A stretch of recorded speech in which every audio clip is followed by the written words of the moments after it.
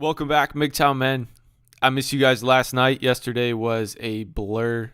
Didn't even get a chance to get on YouTube to check things out until around 10 at night. I usually do a few times a day, so we missed out on the usual upload, but I'm getting some MGTOW words out of my brain and into the ether for myself this morning, and I hope that this one resonates. It's from an email, and it's about a girlfriend's double standards. That's the title of today's video, but it's just in general, this double standard that's usually positioned on how the female world, females and even white knights view men and work within relationships. So I'm particularly fascinated by the MGTOW shaming lines in particular and the double standards that are lobbed. They're trebucheted into the direction of men, and we're over here. We're supposed to evade all of them and play Russian roulette, and we're expected to block and continue to press forward with relative ease. Not a problem, right? The thing is, they don't amount to anything other than ad hominem. And the shaming lines that are said a lot, and they say a lot about mainly two things in the eyes of much of the world. It's male disposability and toxic masculinity, which are emerging as truths about men today. And they're on both ends of the shaming lines in the double standard spectrum. Somehow we are supposed to look at male disposability at one end of the spectrum and then look across in the other direction to the west and see toxic masculinity and tightrope perfectly in between them. So I made a video in September about relational tightroping and how when you're in a relationship, you really never can spend the right amount of time, quote unquote, on her. Whether this is a girlfriend, whether this is a wife, you spend too much time away and you're negligent. You spend too little, okay, or too much with her and you're suffocating, not manly, and you're clearly too dependent on her approval and are prone to being whipped. You've been there, I've been there. Essentially, it's the Goldilocks effect. It's too hot, it's too cold. This is just right. That is something that you cannot attain, and just right is usually not something you're satisfied with. And the thing that I notice is it doesn't just apply to the casual expenditure of time in one's life. It's not just this recreational sphere, okay? The Goldilocks effect, which is in its own right is a double standard, applies to us as workers and what we take pride in with our work. And men naturally take pride in their craft. I mean, within MGTOW, we discuss not being a slave to our jobs, but I never want to discredit the fact that we have our own jobs, whether or not they're jobs that we need to do or jobs we choose to do, that we take pride in.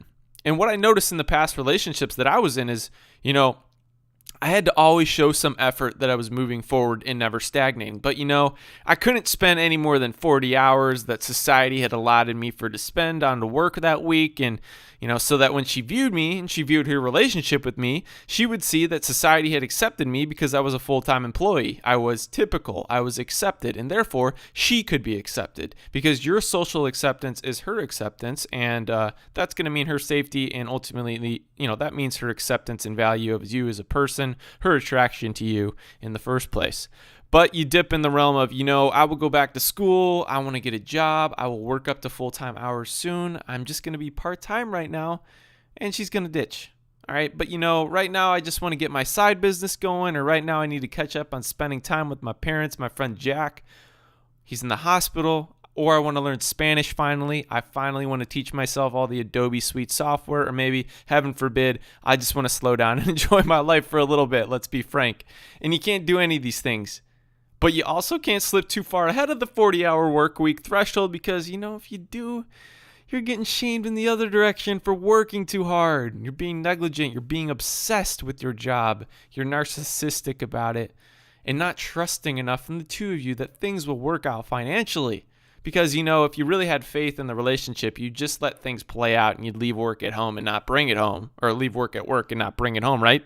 Am I right? And the thing is, when push comes to shove, the shove of not having enough money to support the lifestyle that she wants will push you out of the home. All right? MGTOW.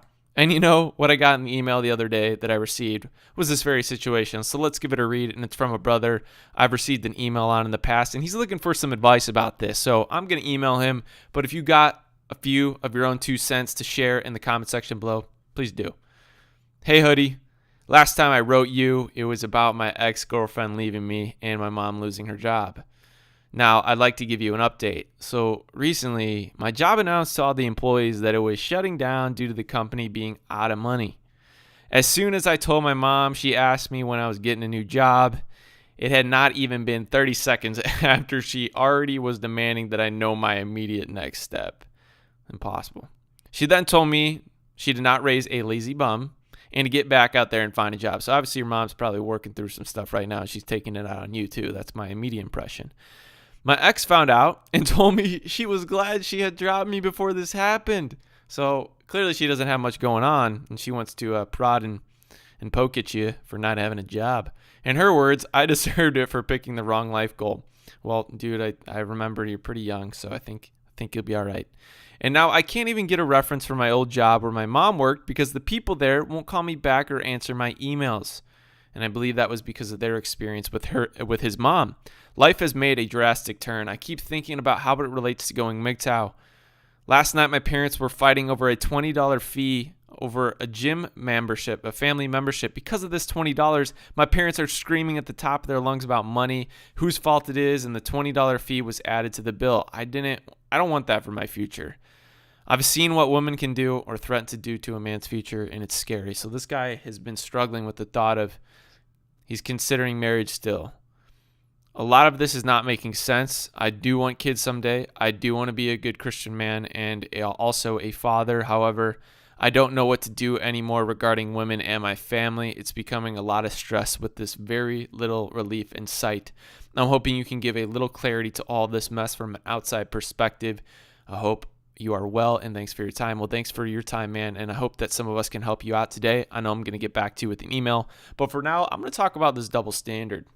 So they say it isn't about the money. It isn't about the cash. It's about true love. And that when true love is reached, money will go out the window. And I don't mean to be intruding upon your parents' marriage and their little nuances in their relationship in the past, but I guarantee that many a time on the marriage bed, they may have said, oh, it's not about the money. Or many a time during an expensive steak dinner on a stress-free Friday night, they said, oh, it's not about the money. It's about this. But the thing is, the money got you this. And because she knows that it will get her that again in the future, and the husband knows that, and he also feels a lack of value for not making money when in the context of a family, just look at the male suicide rates in the 2008 financial crisis. Okay, there aren't going to be any more of that if the money isn't straightened out. And he knows he's going to lose even more as a husband. Thus, an argument is catalyzed for a meager $20 gym fee, and you're ashamed from the two most prominent women in your life because of your job status or lack thereof. So the double standard right here is clear.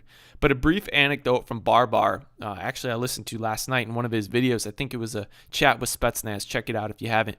So Barbar described his father. I think it was his father. I was doing other work, so I was kind of sidetracked. And this man was a very industrious man. He was hardworking. He was creative. He built things. He saved money through those endeavors. And he just gave everything he could in sweat equity for his family. And in Barbar's eyes, this wasn't reciprocated. As a result, Barbar saw this, and as a man wanting reciprocity in his efforts, says, wow, I don't want that. I don't want to pour my heart into someone that sees it and does not recognize it, even after many years of marriage and of consistency. And he described that his father built a van, and it was operated solely off of vegetable oil. Okay, my brain does not think in that way. That's not something I likely could accomplish unless I had some immense amount of guidance. But he could. And sure, the vegetable oil had to be filtered, and the whole process took a long time, but it saved them thousands of dollars, most likely. Amazing savings. But you know what would happen when he's underneath the car working away at it on the side of a road during a road trip? The second half of the double standard. Yeesh, all you do is work. That's all you do. You just work way too much. So what's the alternative? Not work and sit in the car here in the middle of Route 66 and let the car just sit here and we can Uber back to the airport and fly home and spend about $1,000 doing that? Or we can just sit in the car and I could have a nice chat with you. So it's insane. Out of one side of the mouth is the shaming line that you're too lazy. On the other is the notion that you idolize work and you only care about work and that which it provides for you. But this thing that society is not grasping, we men, it's not this avaricious thing that we're getting out of work. It's something we are programmed to want. We get inherent appreciation and joy out of doing some amount of work. I'm not saying it's this 9 to 5 cubicle thing. It could be building a log cabin in the middle of the woods for you to enjoy. But conversely, and this may be a subconscious byproduct of being a worker, we get joy out of knowing that our work is benefiting other people in some way, direct or indirect. Even if it isn't going to benefit somebody in our subconscious, I believe that it's like, yes, it will.